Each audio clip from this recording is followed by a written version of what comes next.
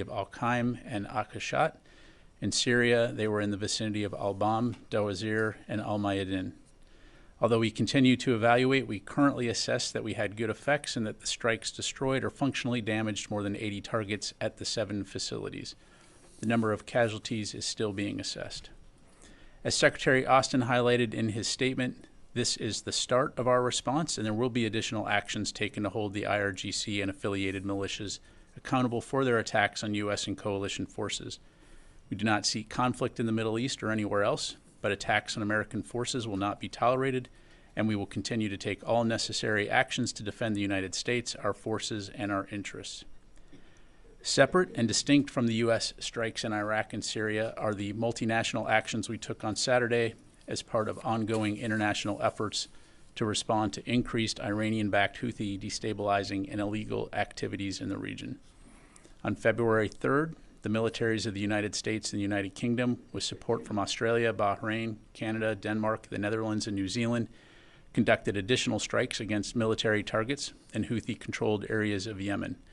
These strikes were intended to further disrupt and degrade Houthi capabilities to conduct their attacks against U.S. and international vessels lawfully transiting the Red Sea. Coalition forces targeted 13 locations, striking 36 Houthi targets associated with the Houthis' deeply buried weapons storage facilities, missile systems and launchers, air defense systems and radars, all capabilities Houthi militia have used to attack international merchant and naval vessels in the region. As Secretary Austin said, this collective action sends a clear message to the Houthis that they will continue to bear further consequences if they do not end their illegal attacks. The U.S. has also taken unilateral action in self-defense to destroy missile launchers loaded to be fired and unmanned surface vessels prepared for employment by the Houthis, which posed an imminent threat to merchant vessels and U.S. Navy ships in the region, as well as intercepting missiles and attack drones fired at ships in the Red Sea. Again, the U.S. does not want escalation, and these strikes are directly in response to the actions by the Iranian-backed Houthis. However, we will not hesitate to defend lives and the free flow of commerce in one of the world's most critical waterways. Shifting gears, Deputy Secretary of Defense Kathleen Hicks presided over the U.S. Northern Command change of command ceremony today in Colorado Springs to honor General Glenn Van Herk for his 3 decades of military service and leadership, and to welcome General Greg Guillot as the next commander of U.S. NORTHCOM and the North American Aerospace Defense Command, or NORAD. She was accompanied by Canadian Minister of National Defense, the Honorable Bill Blair, who oversaw the NORAD change of command, as well as Chairman of the Joint Chiefs of Staff, General C.Q. Brown, Jr., and Chief of the Defense Staff of the Canadian Armed Forces, General Wayne Eyre.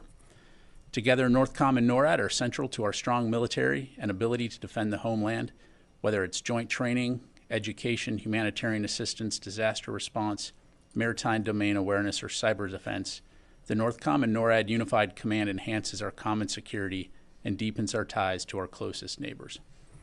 Also, U.S. Space Command will host the Global Sentinel annual 2-week capstone event starting today through February 16 at Vandenberg Space Force Base, California. Global Sentinel is U.S. Space Command's premier security cooperation effort designed to strengthen and grow international partnerships, improve operational collaboration, and promote responsible behavior in the space domain. Space operators from 25 nations around the world will collaborate during the 2 weeks, with each participating nation embedded in a regional space operations center while maintaining national command and control of their sensors for planning, tasking, and analysis. For questions on the exercise, I'd refer you to U.S. Space Command Public Affairs. And finally, February marks the beginning of Black History Month, which provides a unique opportunity for the department, our service members, and our nation to celebrate the contributions, achievements, and brave service of Black Americans. Our military and civilian workforce is strong, diverse, and always ready to defend our nation, our allies, and our interests against modern threats. This month and throughout the year, we will reflect upon and honor the service and sacrifice of Black Americans who continue to lead, impact, and shape our nation's rich history and future. And with that, I'll be glad to take your questions. We'll go to Associated Press, Lita Baldor. Thank you, Pat. It's been 3 days since the strikes on Iraq and Syria. Can you at least give us some general assessment as to whether there were indications that there were enemy combatants at those sites that could have been killed or injured in?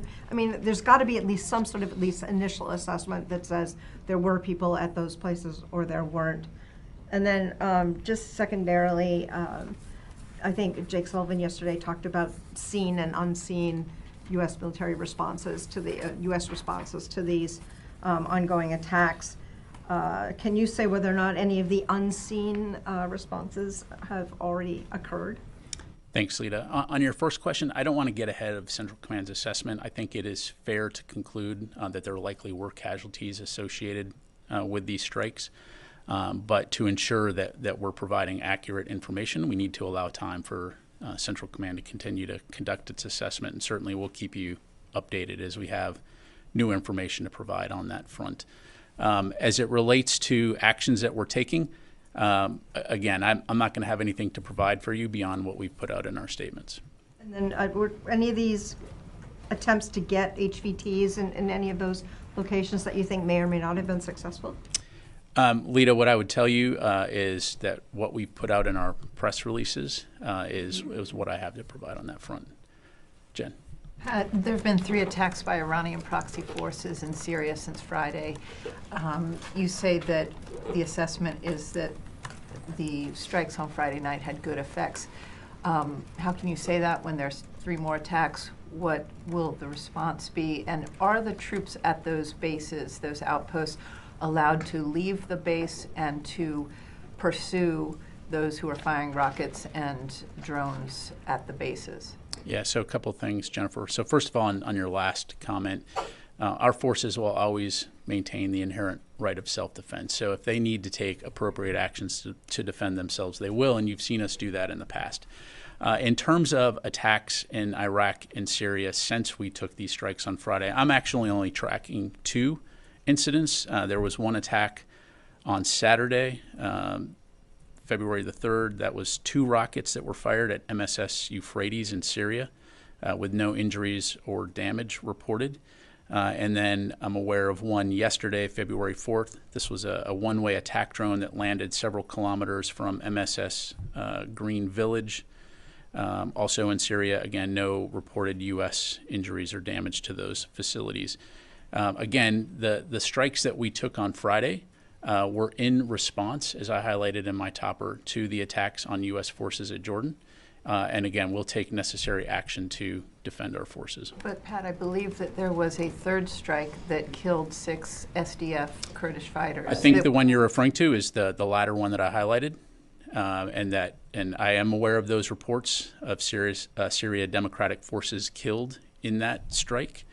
But I'd have to refer you to them to talk about that. It was not on a base where U.S. forces were. It was in the vicinity of Green Village. Let me go to Dan. I'll come to Carla. Could you tell us, in the Red Sea, does Iran continue to supply weapons and intelligence to the Houthi forces in Yemen? So, Dan, I don't have any specific intelligence to read out to you here, nor would I, other than to say that we know that Iran, of course, provides resources to the Houthis to include training, funding, equipment. And so, again, and they're not the only ones, right? I mean, they have proxies throughout the Middle East. Again, we recognize that, and we're going to continue to call on Iran to cease supporting these types of actions that we're seeing from proxies. And again, we'll continue to take appropriate action to protect our forces. Related to that, there was a ship called the Bishad, I'm sure you've heard of it, in the Red Sea, and Iran issued a warning saying the U.S. should not target this ship. They claim it's a counter-piracy mission ship, but it's widely believed that is actually a spy ship, effectively providing electronic intelligence to the Houthis to help them spot targets. Is that a target that's off limits? So first of all, I'm not aware of the U.S. targeting the Bishad. We are very well aware of the Bishad. As you've heard NavCent talk about before, it's pretty standard for Iran to have a ship in the Red Sea conducting operations, as you've highlighted. So that in and of itself is not unusual. And again, we're there, again, to support freedom of navigation, to work with the international community to ensure that vessels can safely transit this waterway. We are not there to seek confrontation or war with Iran. But if our forces are threatened, we will take appropriate action.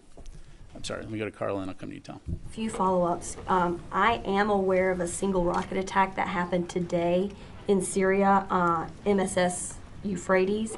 If you could take that to confirm that to us following this briefing, I would greatly appreciate it. I want to follow up on Jen's question about the attack at Omar oil field. How close were U.S. forces? Were there any U.S. forces that were with the SDF when they came under attack? Yeah, I think I answered that. So I'm not aware of any U.S. forces that were with the SDF at the time. This was this one-way attack drone landed several kilometers from Green Village. Okay, and then is it safe to say that at this point no militant commanders were killed in any of the strikes over the weekend in Iraq and Syria? I know you're still doing an assessment, but so Carla, again, I don't have any information to corroborate that, but again, we're continuing to assess. Okay, and then finally, with the two self-defense strikes that happened in Yemen, where there were anti-ship missiles ready to launch, with the 3 attacks or 2 attacks, we're clearing that up, in Syria since the attacks in Iraq and Syria that the U.S. conducted. I'm sorry. Yeah, You're that's a crossing lot. streams here. That's 5 attacks. Is it safe to Are say you that talking about Iraq and Syria or Yemen? all of them? Is it safe to say that deterrence against Iranian-backed proxies in Yemen and Iraq and Syria is not working at this point? Because there were 2 rounds of strikes, and both of those proxy sets are still striking American forces, or still trying to strike American forces in international shipping lanes. Okay, so as it relates to Iraq and Syria, again, I'll just allow me to take a step back here. Again, our forces are there to conduct the Defeat ISIS mission. If our forces are attacked, and in this case, when our forces were killed, we will take appropriate and necessary action. And as I highlighted in my topper, our responses are not complete. Again, I'm not going to telegraph or discuss what that may be, other than we'll conduct that at a time and place of our choosing. That is our focus. When it comes to the Red Sea, our focus is on working with international allies and partners to ensure that mariners can transit the Red Sea safely. Our focus when it comes to striking Houthi targets is to disrupt and degrade their capabilities. We don't seek an escalation with the Houthis. We're not at war with the Houthis. We're not seeking to go to war with the Houthis. But if they continue the attacks, we will continue to disrupt and degrade their capabilities. So they have capability. It would not be surprising to anyone if they attempt to conduct attacks in the future, but when they do, again, we'll take appropriate action, as we have been doing. And when we see an imminent threat to mariners, we will also take appropriate action, as in the case of the self-defense strikes. Let me go to Tom, then I'll come. Yeah, I need to get to some other questions. You hit 13 locations, 36 targets. 5 hours later, the Houthis fired a missile, and then more followed the following day. So what does that say about the effectiveness of U.S. strikes? And what are the consequences? Because they're already firing after your efforts. Yeah, well, the Houthis live in the same physical plane that we do, and they have a finite amount of capability. And the question is, how much of that capability do they want to sacrifice to a doomed cause? Because, again, we'll continue to diminish and disrupt that capability in the sake of working with international allies and partners to ensure that mariners can safely transit. It's a doomed cause because they're still striking. Well, I'll leave that to the Houthis to address. But again, they do have a finite amount of capability, and how much do they want to continue to sacrifice that capability for the sake of achieving something which ultimately will fail. Let me go to Missy. Hi, thanks, Pat. I have 2 process requests and then a question. On the process, is it possible to, CENTCOM has been putting out the report, the Houthi attacks when they do their, but we haven't got, unless I'm missing it, we're not getting the same for the Iraq-Syria requests regularly, attacks by militants and American personnel or facilities in Iraq and Syria. It would be great if we could get the same on that. And also just a request again to see if we can get on the strikes on Yemen and then on Iraq and Syria, just get in the vicinity of locations, because that makes it a lot easier for us to cross-check stuff that we're hearing from the region. And then my question for you is, can you talk a little bit about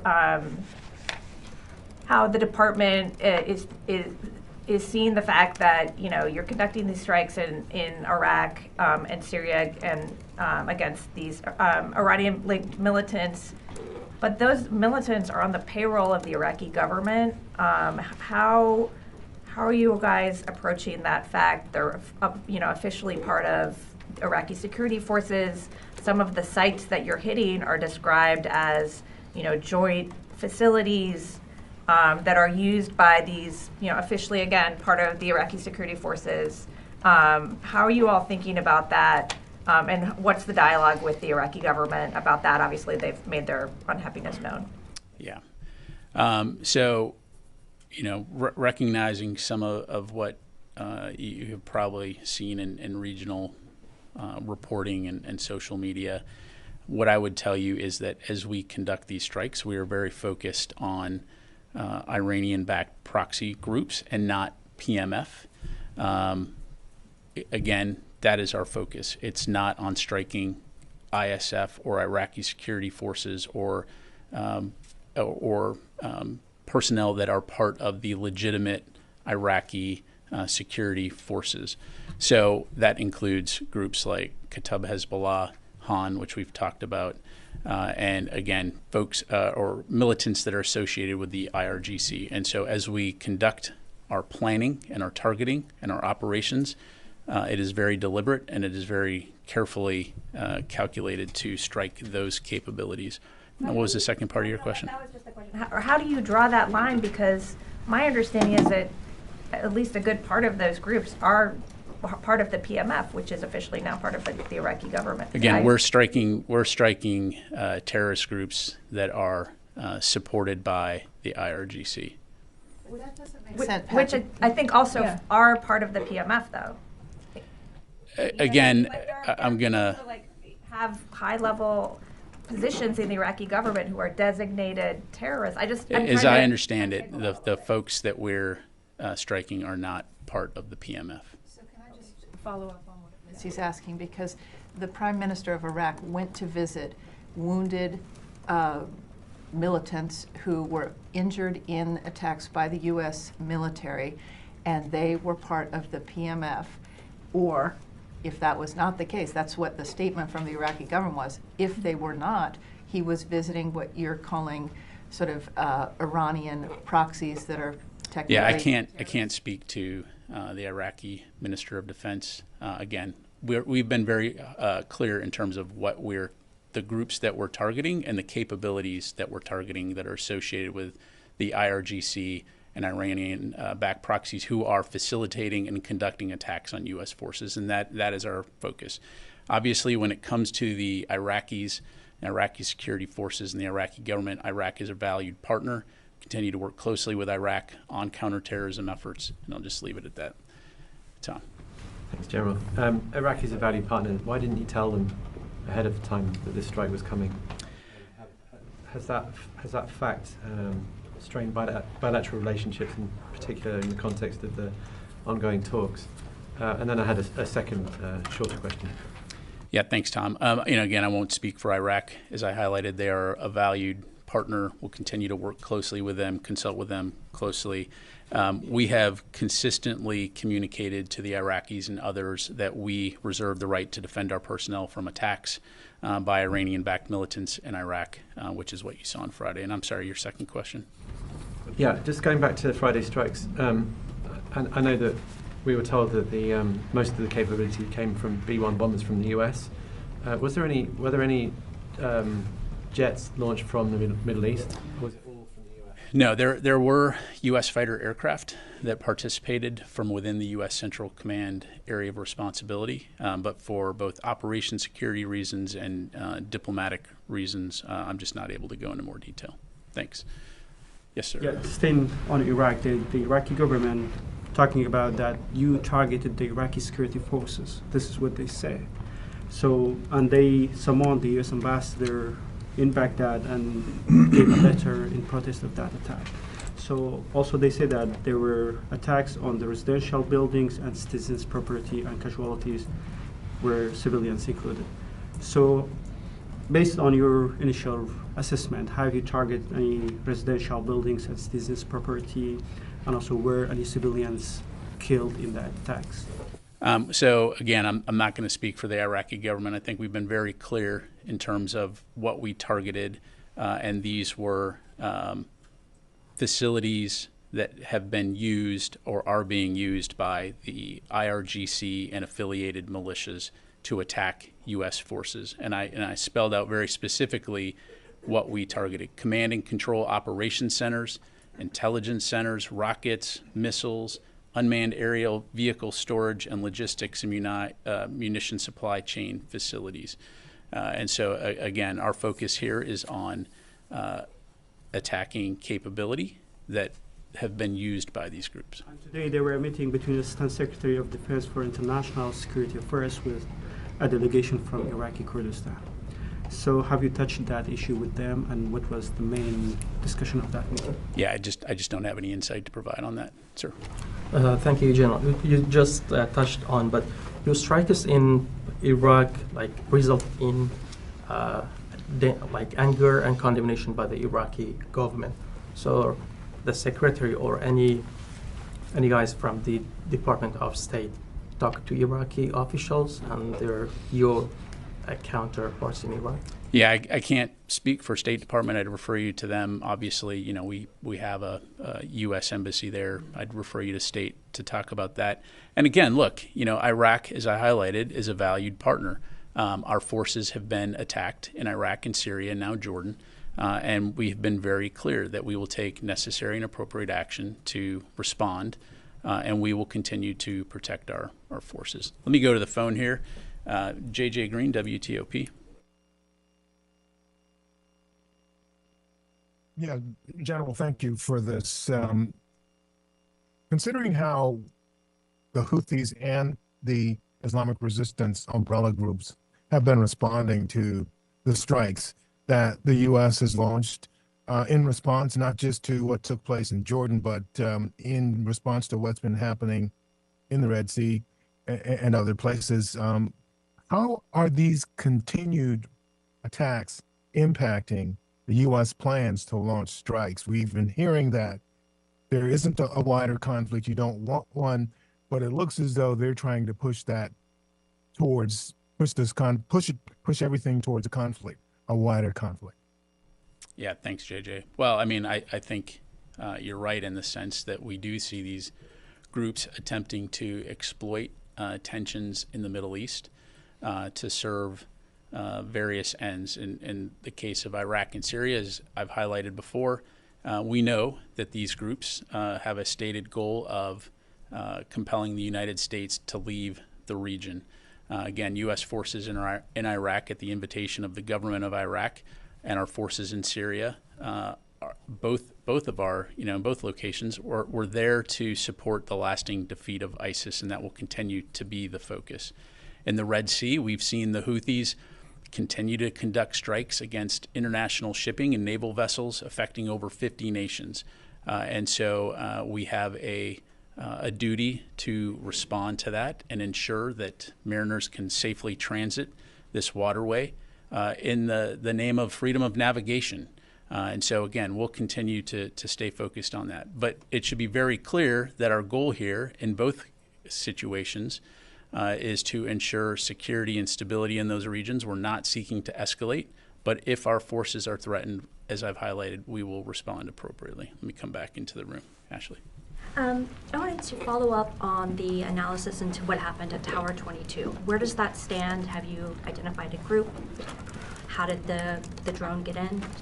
Yeah, so I'd refer you to CENTCOM for any updates in terms of their review into the attack. As has been highlighted, we know this, according to our intelligence community, the Islamic resistance in Iraq is, the umbrella group is responsible. But again, bears the hallmarks of a group like Kataib Hezbollah. But again, that continues to be reviewed. On the counter sort of offensive in Iraq and Syria right now, could you sort of broadly lay out what are the goals and the measures of success? In terms of our response? Yeah, so our goal is to conduct the Defeat ISIS mission in a way that's safe and secure for our forces that are in the region. As I've highlighted, if we continue to be attacked, we'll take appropriate action to defend our forces.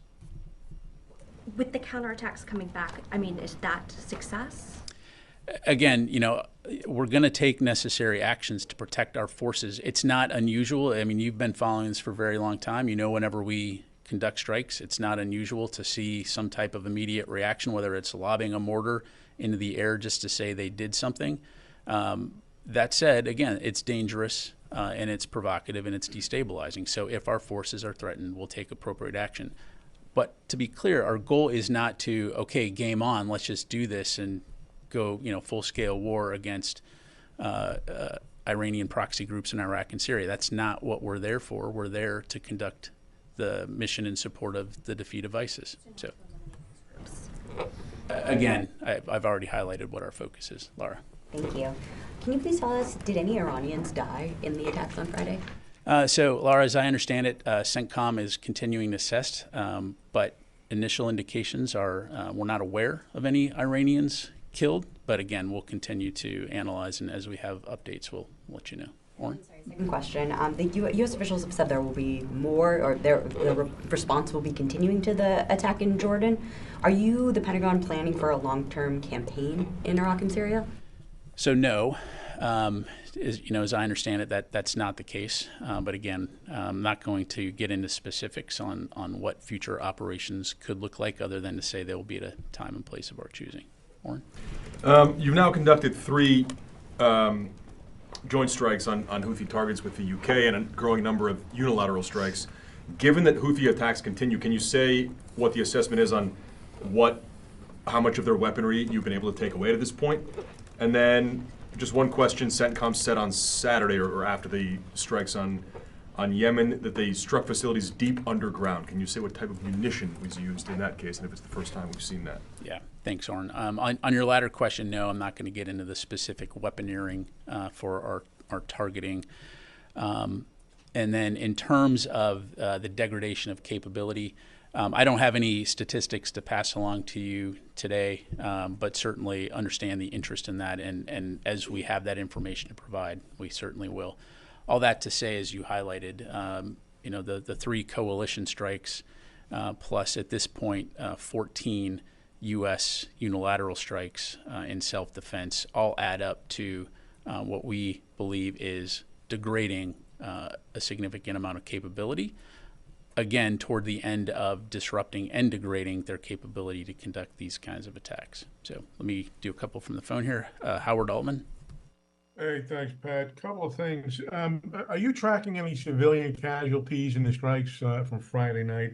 And then, is the U.S. plussing up or adding troops to Syria from Iraq as these attacks continue? Yeah, thanks, Howard. I'm not aware of any, I don't have anything to announce in terms of force posture changes at this time. And then in terms of civilian casualties, again, CENTCOM continues to assess, and as we have more information to provide, we'll be sure to let you know. Again, as we conducted these strikes, as always, we took significant measures to minimize or mitigate any potential civilian harm. But again, as we have updates, we'll be sure to provide those. Let me go to Heather, USNI. Hi, thanks so much.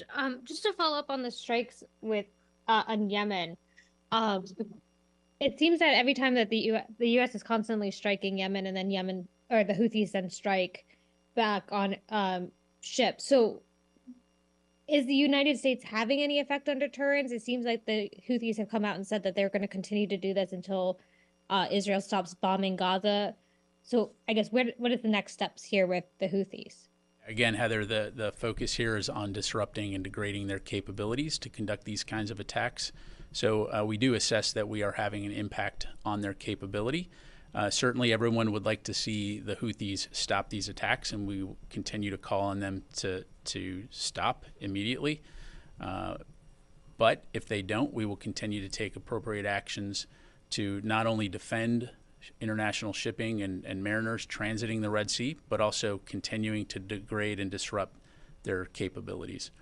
Thank you very much, Phil. In the wake of the January 28th attack on the outpost in Jordan, has the U.S. military taken any steps in particular to improve safety for U.S. troops there or at other bases in the region? Yeah, thanks, Phil. So, broadly speaking, we're always going to take steps to protect our forces. As I'm sure you can appreciate, for operation security reasons, I'm just not able to go into specifics on what that may be, other than to say I can assure you that this is top of mind, not only for the Secretary of Defense, but also for General Carrillo. I'm not asking any specifics. I just asked whether you've done anything. We've taken appropriate measures, but that's about as specific as I can get. Okay. And then you said to Laura that that this was not an open-ended campaign, but I think a lot of people are wondering whether we're talking about a period of days or weeks, or whether or not we'll even know when this counter attack is over. What clarity can you provide? Yeah, again, we've been very clear that we are going to take appropriate action in response to the deaths of 3 of our service members, multiple wounded, and that we hold those accountable. Again, for operation security reasons, I'm just not going to go into timelines or forecast potential actions, again, other than we will conduct those operations in a time and manner of our choosing. Let me go to Constantine, do a couple more. Thank you, Pat. Just to follow up on Phil's point, I mean, so when these attacks all began in October, yourself, you announced that, we were sending units of Patriot and THAAD batteries to bolster air defenses in reaction to those strikes. Now, we're not getting any specifics. Is there a reason for that shift in messaging? Yeah, especially as we've seen these attacks, I just don't want to telegraph and highlight capabilities at these individual installations, especially when we have forces in harm's way. And as you recall, when we announced those deployments, those were coming from the United States into theater, but what we didn't tell you was specifically where those capabilities are going, and how they were going to be employed. And so again, if I'm one of those troopers on that base, I don't want to necessarily broadcast widely what capabilities we have, what capabilities we don't have. Also, those announcements included a significant number of forces associated with them, which is why we announced those deployments. And then just one last quick follow-up. Does the Pentagon feel that it has sufficient anti-drone capability in the theater right now? Again, I'm not going to get into readiness levels other than, we obviously understand that counter-drone is a significant requirement and something that I can assure you is taken very, very seriously. Will. Just to follow up on the questions on the duration of the strikes in this campaign, will the U.S. strikes continue as long as there are attacks on American personnel? Is that the end game to get this to zero? How is that defined, really? Well, we're going to take whatever necessary actions are required to protect our forces. Again, I don't want to get into hypotheticals. I don't want to predict the future. You have U.S. military forces that are there focused on the defeat ISIS mission. If those forces are threatened or harmed, we will take appropriate action. I'll just leave it at that. Fadi. Thank you, General. I want to go back to the Iraqi government statement that they put out. They called or described the strikes as act of aggression. They talked about the loss of 16 martyrs, including civilians, and 25 injured, damage to residential buildings and citizens' property. Can you confirm from the podium that no civilian harm occurred in these strikes in Iraq? Yeah, thanks, Fadi. I think I've answered that. We're continuing to assess. We always will take any reports of civilian casualties seriously, and we will provide you updates as it becomes available. At this point, you can't rule out this. Again, CENTCOM's continuing to assess it. And then, so the same statement said the international coalition has become the reason for endangering security and stability. Despite this protest from the Iraqi government and their assertion that what happened on Friday was targeting security forces, the same security forces that the Iraqi prime minister visited in the hospital.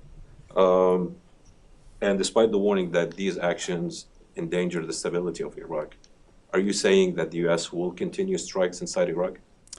Fadi, again, I can't speak for the government of Iraq. I'd refer you to them, obviously. When it comes to our operations and what we targeted and what we struck, I think I've been very clear what that is. And again, I'll emphasize that we greatly value Iraq as a partner.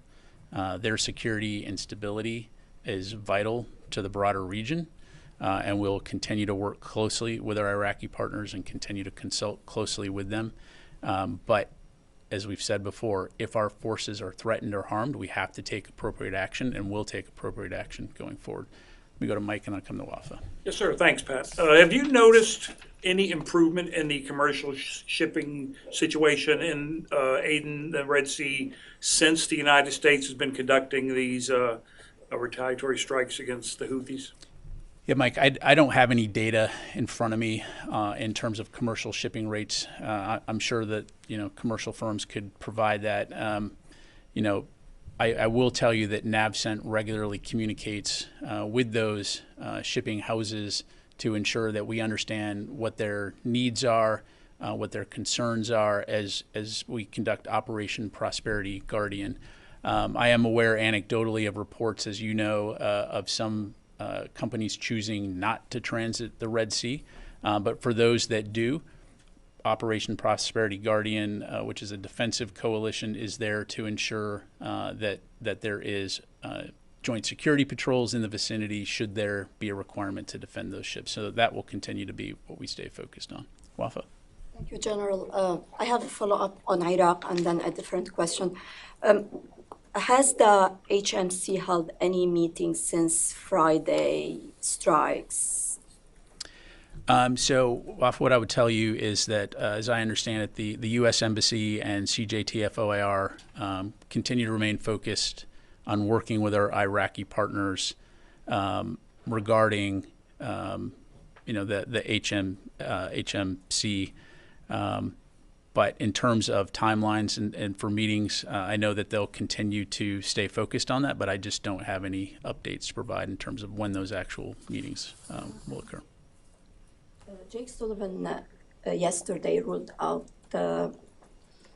or didn't rule out actually, strikes inside Iran. Is this an option that's being considered as part of the response to the January 28th attack? Well, I'm not going to speak for Mr. Sullivan. I think his words speak for themselves. As I highlighted earlier, we're not going to talk about or forecast any potential future operations other than to say there will be additional responses and that those will be at a time and place of our choosing. I would also, again, emphasize that we are not seeking escalation in the region, just the opposite, but that we won't hesitate to protect our forces. When it comes to Iran, red lines cannot be crossed because the risk of... Again, I think I've been very clear what our focus is, and I think we've been very clear from this podium that we, the United States, the Department of Defense, do not seek war with Iran. But if our forces are threatened or attacked, we will take appropriate action.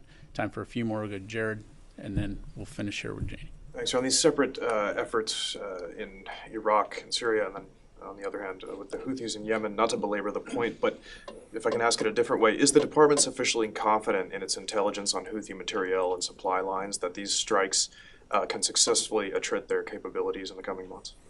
Yeah, so Jared, what I would tell you, so first of all, I'm not going to talk about intelligence. Second of all, our goal is not to completely eliminate the capabilities of Houthi forces. Our goal is to disrupt and degrade their ability to conduct these attacks. Okay, and as it relates to ensuring that international shipping, naval vessels, mariners can transit the Red Sea safely and securely, in accordance with freedom of navigation. That will continue to be our focus. Not to split hairs here, but is that precisely the same approach the department is taking in Iraq? Or, if these attacks in Iraq continue, do you anticipate perhaps an expansion of the scope of U.S. strikes? Again, look, I'm not going to get into hypothetical situations other than our focus is on the defeat ISIS mission. If our forces are threatened or attacked, we will take appropriate action. Last question, Janie. Thank you. General, as you know, the North Korea continues to launch cruise missiles. How is the information sharing between the United States, South Korea, and Japan working now? Well, as you know, we have excellent relations between an excellent relationship between the United States, Japan, and the Republic of Korea, and we will continue to share information as it relates to regional security and stability. And I'll just leave it there. Do you also completely tracking North Korea's missile launches recently? Look, I'm not going to get into intelligence, but clearly, we keep a very close eye on the region. And as always, we will continue to consult closely with our allies and our partners in the region. Thank you. Thanks very much, everybody.